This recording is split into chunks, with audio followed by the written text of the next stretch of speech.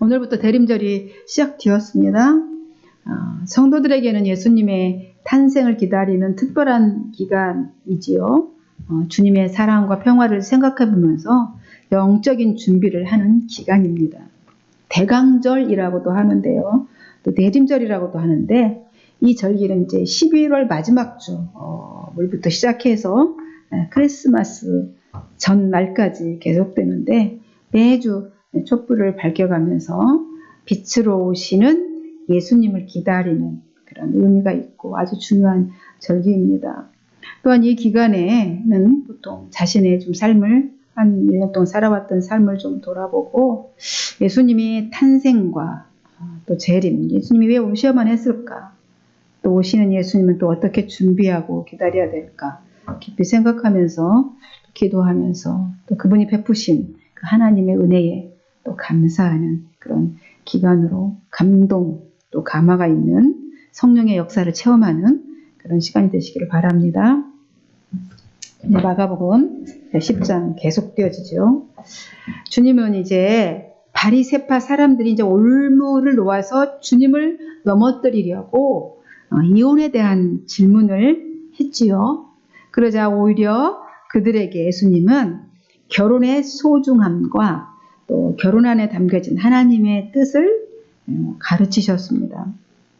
그리고 이혼증서 제도를 그들이 얘기를 하니까 주님께서 이혼증서 제도를 주신 이유는 너희들이 너무 결혼을 가볍게 여기고 아내를 함부로 대하기 때문에 허락한 것이지, 그것을 악용해서 너희 마음대로 살라고 그렇게 주신 것이 아니다, 이렇게 가르쳤습니다.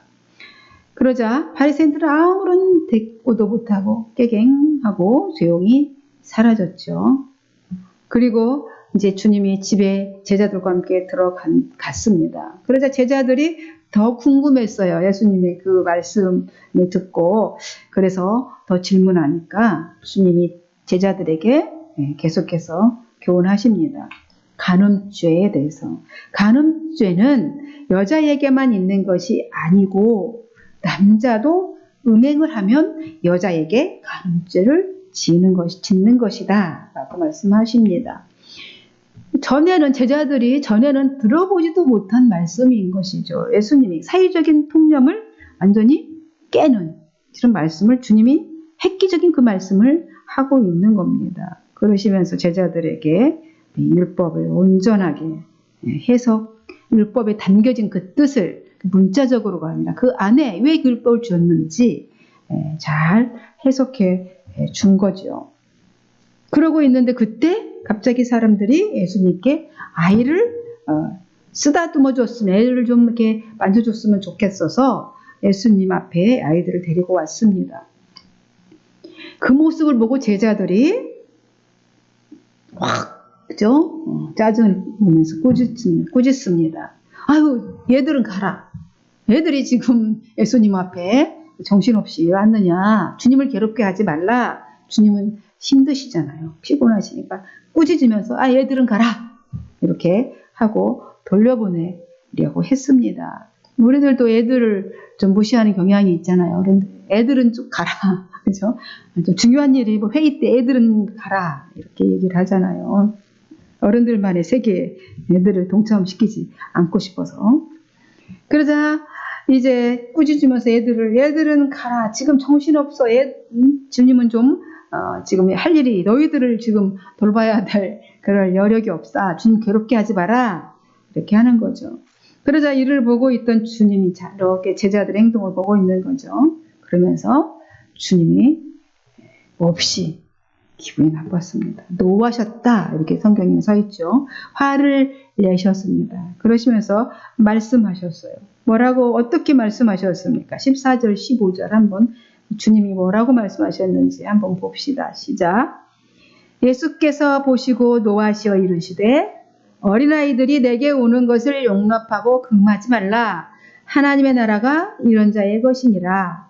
내가 진실로 너희에게 이르노니 누구든지 하나님의 나라를 이 어린아이와 같이 받들지 않는 자는 결단코 그곳에 들어가지 못하리라. 이렇게 말씀합니다. 어린아이들 내게 오는 것을 막지 말라는 거야. 하나님의 나라는 이런 어린아이 같은 자들의 것이다. 내가 진실로 말하는데 누구든지 하나님 나라를 어린아이 같은 마음으로 받아들이지 않으면 결코 그곳에 들어가지 못할 것이다. 이렇게 주님 말씀하십니다. 얘들을 왜 데리고 왔다고 했습니까? 그렇죠? 주님이 만져주심을 바라고 데리고 왔다고 그랬잖아요. 이런 행동을 한 이유는 사람들이 부모가 왜 이런 행동을 했겠습니까? 당시 유대인들에게는 자기 아이들을 어떤 유인이나 납비 같은 어떤 유명한 사람들에게 데리고 가서 축복받는 것이 관습이었어요. 그러니까 제자들은 아주 바쁜 주님을 지금 번거롭게 하지 않으려고 자기들 나름대로 주님을 생각해서 위한 것이라고 생각하고 애들을 지금 제재를 시켰지 않습니까? 애들은 가라 그랬지 않습니까? 꾸짖으면서. 그런데 오히려 주님은 화를 냈습니다. 주님을 위한 일이라고 한 것인데 주님이 되려 상상 외의 반응을 보이신 거죠. 칭찬이 아니라 책망이 왔습니다. 주님이 화를 내시는 이유는 왜요? 제자들이 아이들을 무시하는 태도로 보였기 때문이죠. 그렇게 한 후에 주님은 제자들에게 하나님 나라는 이런 아이들과 같은 자들이 가는 곳이다. 이렇게 가르쳐 주십니다. 하나님의 나라는 어떤 나라입니까? 하나님의 나라는 그리스도가 통치하는 새로운 시대를 말하는 거죠. 또는 그리스도를 통해서 하나님의 다스리심이 이루어지는 나라.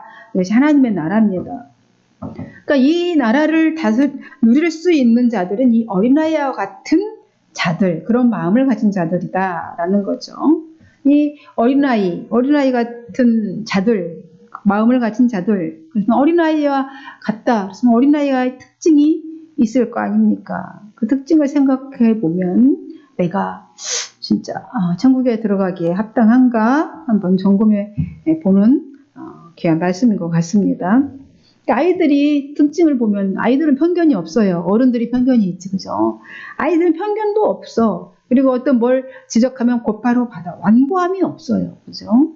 순수하고 특히 또 연약하고 자기 뜻대로 뭘 결정할 수 있는 능력이 없잖아요. 그리고 부모의 사랑을 간절히 또 바라잖아요.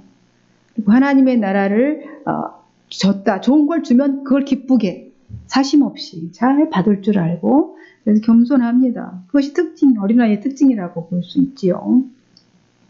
하나님의 나라가 이런 자들의 것이라는 거예요. 이런 자들의. 물론 하나님의 나라 주인은 예수 그리스도이시지요. 하나님이시죠. 그 하나님의 나라에 갈 수 있는 자들, 이런 어린아이 같은 이런 성품, 특징을 갖고 있는 자들이 차지할 것이다 라고 말씀하시는 겁니다. 당시 아이들은 교회의 성도수에도 포함되지 않았죠. 그런 존재들이죠. 연약합니다. 하나님의 나라를 그러니까 주님이 이렇게 말씀하신 것은 하나님 나라의 선물을 지금 주고 있잖아요. 계속 주님 말씀을 주고 있고 주님 자신이 왔어. 그러니까 이 하나님 나라 선물을 진심으로 기쁘게 받을 줄 알고 그러니까 하나님께 대한 완전한 그 신뢰, 의리 그런 것들을 지키고 또 하나님의 관심과 사랑을 갈구하는 그 대상이 되기를 원하는 하나님이 나를 사랑해 주기를 원하는 그런 사람 마음 그런 마음을 가진 자가 하나님 나라를 갈 수 있다는 거죠. 하나님의 나라에 대한 소망이 있고 그죠? 하나님 나라를 간절히 원하는 자에게 하나님 나라가 주어지는 거죠. 주님은 이렇게 교훈하시고는 어린아이들 이제 품에 안으시고 그들 머리 위에 이렇게 일일이 다 손을 얹어서 축복기도 해주셨습니다. 그러니까 이렇게 품에 안고 힘들지만 이 아이들을 너무 사랑하셨기 때문에 그들 다 이렇게 축복해 주셨습니다.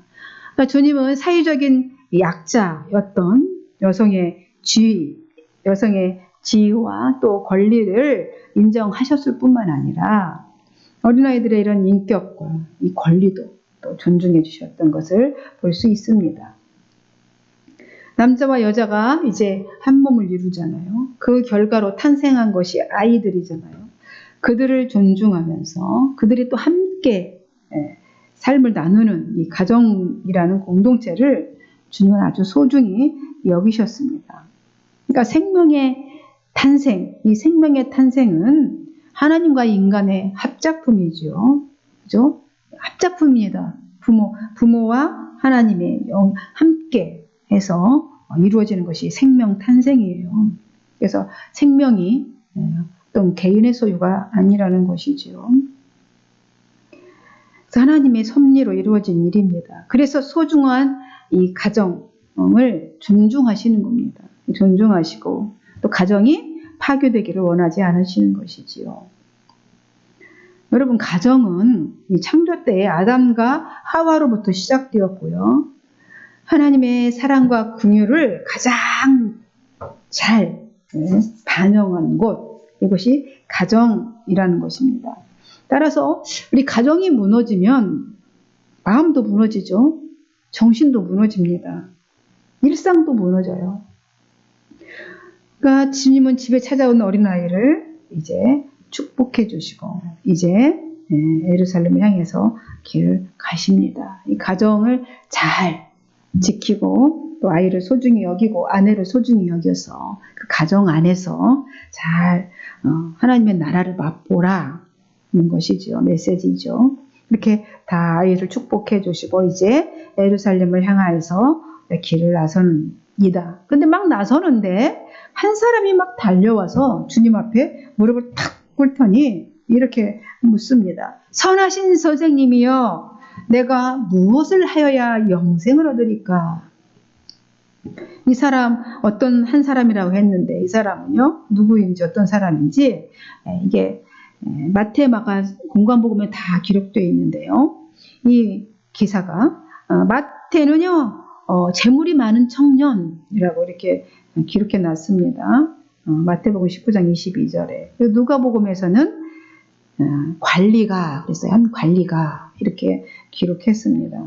그러니까 이 사람은 쉽게 이야기하면 돈 많고 직장 좋고 인품이 훌륭한 청년이다. 겸손하자 주님 앞에 탁 엎드려서 무릎 꿇을 만큼 인격이 훌륭한 그런 돈 많고 직장 좋고 인품이 훌륭한 청년이었다는 거죠. 이렇게 이 내용이 이제 건강복음 모두에 기록되었는데 이게 예수님께서 아이들을 축복하신 후에 청년이 등장합니다. 이야기가 이런 형식의 문맥의 흐름을 이 세 복음서가 모두 똑같이 그렇게 기록해 놓았어요.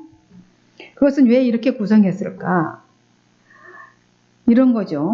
어린아이와 같은 사람은 하나님 나라에 들어갈 수 있는데 반대로 부자 청년과 같은 사람은 하나님 나라에 들어갈 수 없다는 것을 대조적으로 보여주기 위해서 의도적으로 이제 그렇게 배치해 놓았다는 것을 한번 생각해 볼 수가 있습니다.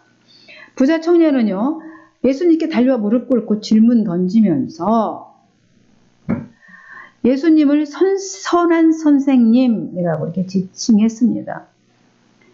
그러니까 이 청년은 인품 좋고 부자고 직장도 좋았지만 예수님이 누구신지 몰랐습니다.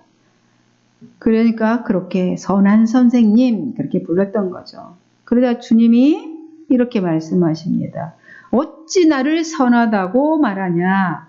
하나님 한 분 외에는 선한 이가 없느니라. 이렇게 하시면서 하나님만이 오직 선한 분임을 분명하게 선포하시고 알려주십니다. 그리고 청년이 무엇을 하여야, 무엇을 해야 영생을 얻을 수 있습니까? 라고 이렇게 물었는데 이가 이렇게 물은 것은 청년이 어떤 신앙관을 갖고 있었는지를 우리가 짐작해 볼 수 있는 거지요. 그는 영생을 선물로 주어지는 것이라는 것을 깨닫지 못했습니다. 무엇을 어떻게 해야 합니까? 라고 물었다는 것은 자신이 어떤 행동을 해야만이 그것을 얻을 수 있다라고 생각을 했기 때문에 예수님께 내가 무엇을 해야 영생을 얻을 수 있습니까? 이렇게 물은 거죠. 여러분, 영생이 뭡니까? 영생. 예수님께서 말씀하셨죠. 요한복음 17장 3절. 이거 잊어버릴만 하면 한 번씩 제가 말씀하지요. 이걸 머리에 박히라고 계속해서 말씀드리죠. 영생은 뭡니까? 영생은 곧 유일하신 참 하나님과 그가 보내신 예수 그리스도를 아는 것이다. 이게 영생입니다. 영생은 단순히 영혼 불멸이 아니라 그리스도 안에서 하나님과 맺는 새로운 관계를 의미합니다. 그러니까 현재는 새 생명, 지금 우리가 살고 있는 새 생명을 말해요. 새롭게 태어난 거듭남을 얘기하는 거죠. 영생. 새 생명을 말하고 종말론적으로는 하나님과의 영원한 교제, 이것이 영생입니다. 그런데 지금 이 청년은 인과응보적 또 율법적 신앙관을 가지고 있었고 예수님에 대한 바른 이해가 없었습니다. 그래서 영생의 의미를 몰랐습니다. 그러니까 외적으로 봤을 때 이 청년은 모든 면에서 1등 신랑감이잖아요. 거의 흠이 없고 부족함이 없는 사람이었습니다. 그런데 한 가지 영생의 문제를 해결하기 위해 지금 주님 앞에 그가 엎드린 것입니다. 그러니까 그 청년에게 주님이 이제 말씀하십니다. 당신은 계명을 잘 알고 있지 않냐? 지금 네가 계명을 안 하니 살인하지 말라 19절, 간음하지 말라, 도둑질하지 말라, 거짓 증언하지 말라, 속여 빼앗지 말라, 내 부모를 공경하라 하였느니라.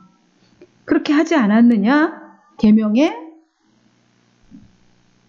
그러니까 바꾸어 말하면 지금 청년 당신이 무엇을 해야 영생을 얻을 수 있다고 물었으니까 그 무엇을 해야 되는지는 율법에 기록되어 있지 않냐 이 말인 거죠. 그죠? 그 율법에 다 기록되어 있지 않느냐. 그랬더니 청년이 이렇게 대답합니다. 선생님, 저는 어렸을 때부터 이 모든 계명을 잘 지켜왔습니다. 이렇게 말합니다. 이 청년은 아주 당당하게 아주 진실하게 주장하고 있지요. 그러나 그 주장은 그 의로움은 바리새인과 서기관처럼 율법에 의한 외적인 복종, 순종일 뿐인 것입니다. 온전한 것이 아니지요. 청년의 말과 태도를 보면 어떤 성품의 사람이었는지를 알 수 있을 것 같습니다.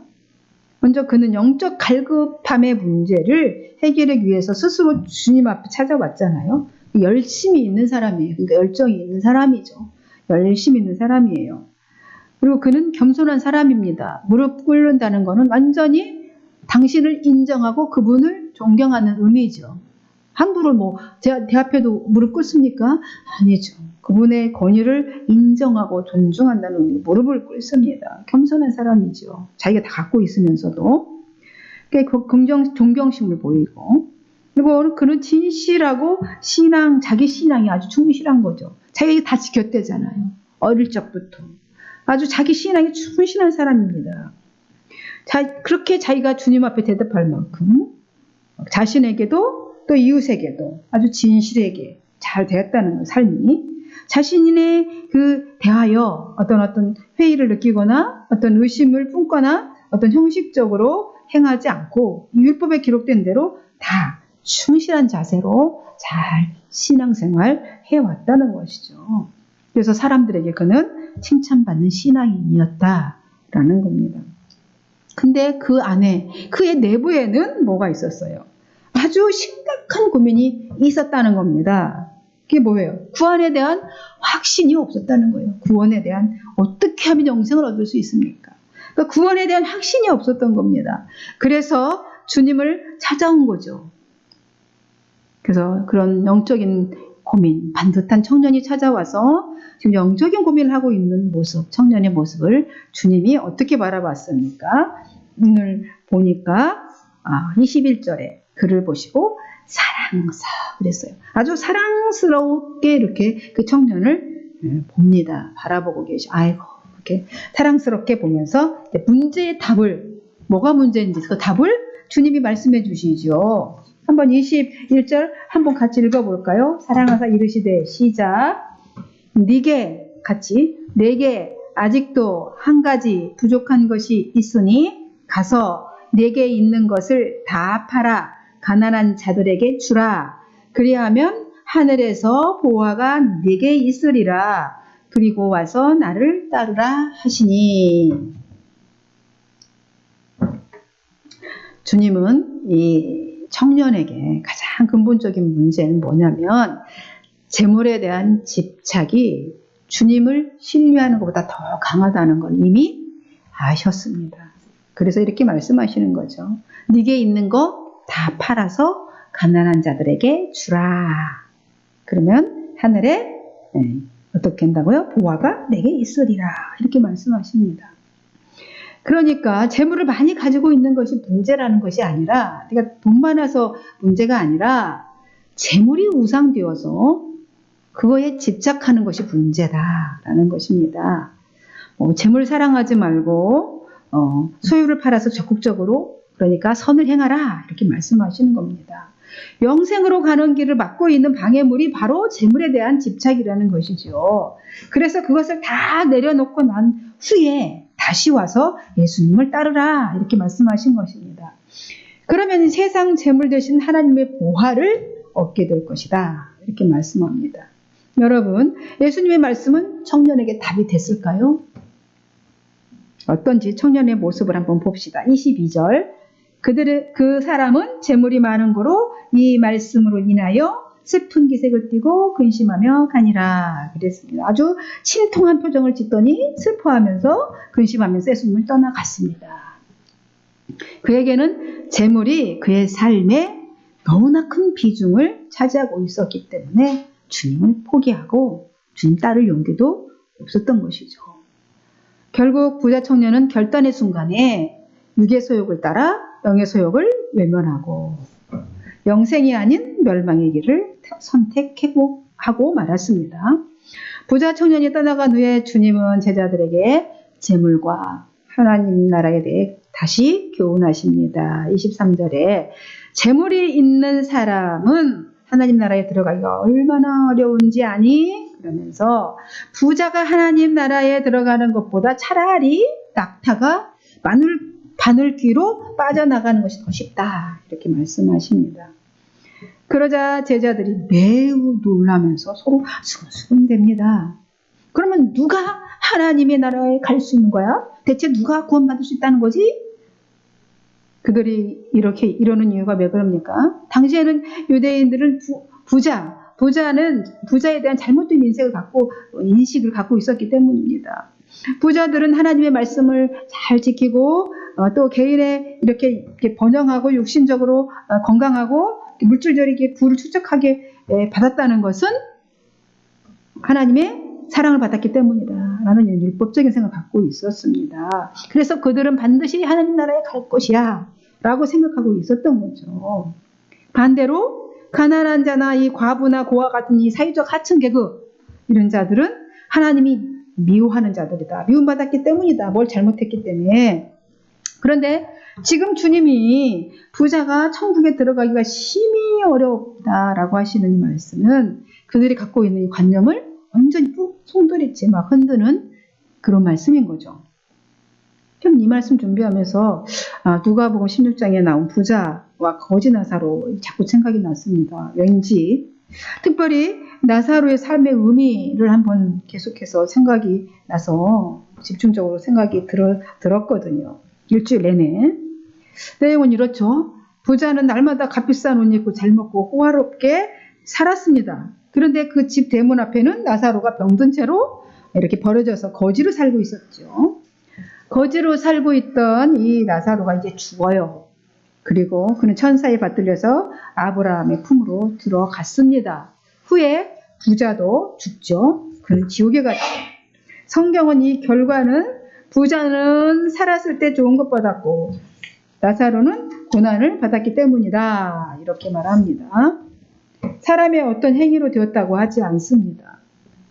천국에서 아브라함의 품에 안긴 나사로는 이 땅에서 그럼 사역이 뭐였을까 궁금하죠. 그냥 거지로 부잣집 대문에서 버려진 삶을 사는 것이 그의 사명이었을까요? 그건 아닐지 싶습니다. 이 세상이 끝이라면 그렇게 삶을 사는 것은 너무 불쌍하고 불공평하잖아요. 그죠? 너무 불공평하다고 생각되지 않습니까? 그래서 이런 생각을 해본 거죠. 생각 끝에. 아마도 나사로는 부자에게 축복의 통로가 되도록 기회를 주는 삶을 살지 않았을까라는 생각을 합니다. 자신의 삶이, 나사로의 삶이 메시지가 되어서 부자가 변화되도록 희생적 삶을 살며 그렇게 쓰임을 받았다. 하나님께 쓰임 받았던 인물이 아니었을까 싶습니다. 그런데 부자는 그 기회를, 회개할 기회를, 선을 베풀, 내 이웃을 내 몸과 같이 사랑하라 주신 그 계명을 지킬 그 선을 베풀 기회를 외면하고 자기만 배부르며 떵떵거리고 호화롭게 살았던 것이지요. 나사로는 그 고난 가운데 아마도 매 순간을 하나님의 은혜를 구하며 살았을 것입니다. 하나님의 은혜가 아니면 생존이 어려웠을 때니까요. 저도 매일 매 순간 하나님의 은혜를 구합니다. 하나님이 주시는 힘으로 살아야 하기 때문이지요. 여러분 또한 나사로와 똑같지는 않을지라도 매일 매 순간 하나님의 은혜 없이는 살 수 없습니다. 이것은 불변 진리입니다. 한 가지 분명한 것은 이 땅의 삶이 끝이 아니라는 것입니다. 오늘 이 부자 나사로가 주는 말씀은 끝이 아니라는 거예요. 반드시 죽음 이후에는 심판이 있고 하나님의 은혜 안에 있는 자는 심판받지 않았다는 것입니다. 결론적으로는 나사로는 거지였어요. 힘들게 어렵게 살았습니다. 하지만 하나님의 은혜를 입었기 때문에 하나님 나라에서 아브라함의 품에 안겨 있었던 것이죠. 그렇게 하시는 분은 하나님이십니다. 그럴 권한을 가지신 분은 오직 하나님 한 분이십니다. 부자라서 선행을 해서 하나님 나라에 가는 것이 아닙니다. 그 길을 하나님께서 뚜렷하게 오늘 우리에게 알려주셨습니다. 예수 그리스도의 피로 만들어 놓으시면서 그 길을 따라오라고 우리에게 끊임없이 저희에게 말씀을 부어주고 계십니다. 그 길을 찾는 자가 복받은 자지요. 천국 소유한 자입니다. 여러분 아직도 세상 복이 영화가 복이라고 생각하고 있는 이 제자들은 그럼 하나님의 나라에 누가 갈 수 있겠느냐고 주님께 묻습니다. 재물은 세상 살아가기 위해 꼭 필요한 도구인 것이죠. 그죠? 도구의 중에 일부입니다. 물질 없으면 삶을 영위하기가 어렵습니다. 물질을 가진 자가, 많이 가진 자가 하나님 나라에 가기 어렵다고 한 것은 가난하게 살라는 것이 아니라 부자라는 신분이 아니라 물질을 어떤 시각으로 바라보고 대하고 있느냐는 물질관에 관한 문제를 말씀하고 있는 겁니다. 재물을 주인으로 삼는 자는 그것이 하나님보다 더 섬기는 것이 되기 쉽기 때문이죠. 따라서 물질을 사랑하는 자는 두 주인을 섬길 수 없기 때문에 두 가지를 한꺼번에는 1등이 두 개일 수는 없잖아요. 그죠? 없으므로 하나님 나라에 합당하지 않은 것입니다. 제자들이 놀라워하면서 의아해하면서 그러면 이 세상에 구원받을 사람이 누가 있겠느냐 묻습니다. 주님이 그 모습을 한참 제자들을 바라봅니다. 묵상해 보세요. 주님이 왜 그 모습을 한참을 바라봤을까요? 말씀에 그렇게 기록되네요. 한참 바라보시고 그들의 모습을 바라보시고 이렇게 말씀하시지요. 오늘 27절에 그죠? 그들을 보시며 사람으로는 할 수 없으되 하나님으로는 그렇게 어떻게 해요? 그렇지 아니하니 하나님으로는 다 하실 수 있느니라 이렇게 말씀합니다. 사람의 힘으로는 절대 불가능하다. 그 일이. 그러나 하나님으로서는 모든 것이 가능하다. 이렇게 답을 딱 내려주시죠. 여러분 내 안에 가진 것이 많으면 주님이 거하실 공간이 없지요. 공간이 없습니다. 우리는 그래서 끊임없이 우리가 가지고 있는 것들에 대해 집착을 내려놓아야 합니다. 어디까지? 어디까지 내려놓아야 합니까? 모든 것이 다 하나님의 것이다. 하나님의 절대 주권을 인정하고 하나님의 소유라는 고백이 되어지고 내 속에 육적인 소욕이 다 생기지 않을 때까지 내려놓아야 하는 것이죠. 그러면 진정한 평화가 찾아옵니다. 진정한 평화가 찾아올 줄로 믿습니다. 오늘 주님은 내려놓아라. 너의 집착을 세상에 대한 너의 소유에 대한 다 내려놓아라. 그리고 주를 따르라. 이렇게 말씀. 왜냐하면 세상에 어차피 우리는 주님 따라가면 다 놓고 가야 할 것들이니까. 그걸 주어졌다면 그것을 가난한 자에게, 오늘 연약한 자들에게 주라, 나누라. 이렇게 말씀하시는 겁니다. 그리스도의 평강이 저와 여러분의 마음과 생각을 지켜주실 줄로 믿습니다. 감사드립니다. 기도하겠습니다. 하나님 아버지 감사합니다. 오늘 부자 청년 주님이 내 고민, 영적인 정말 심각한 고민을 가지고 주님 앞에 나왔습니다. 어떻게 하면, 어떻게 해야 영생을 얻을 수 있느냐. 심각한 고민 가운데 있는 청년에게 주님은 내가에 있는 모든 것을 다 내려놓고 그것으로 내 이웃을 내 몸과 같이 보살피고 예수님을 따르라 답을 내려주셨습니다. 주님, 영생은 참 하나님을 아는 것과 그가 보내신 아들 예수 그리스도를 아는 것이라고 했는데 그것을 모르기 때문에 무엇을 어떻게 해야 할 줄로 생각합니다. 하나님, 이제 우리가 뭘 어떻게 해야 하는 것이 아니라 예수를 잘 믿는 것이 영생을 얻는 것인 것을 오늘 다시 말씀해 주셨습니다. 이 말씀 가슴에 새기고 돌아가는 성도들에게 주님께서 더한 은혜를 부어주셔서 평생에 동행하여 주시고 형통의 은혜가 있게 하옵소서. 축복하고 그리스도이신 예수님의 이름으로 기도하옵나이다. 아멘.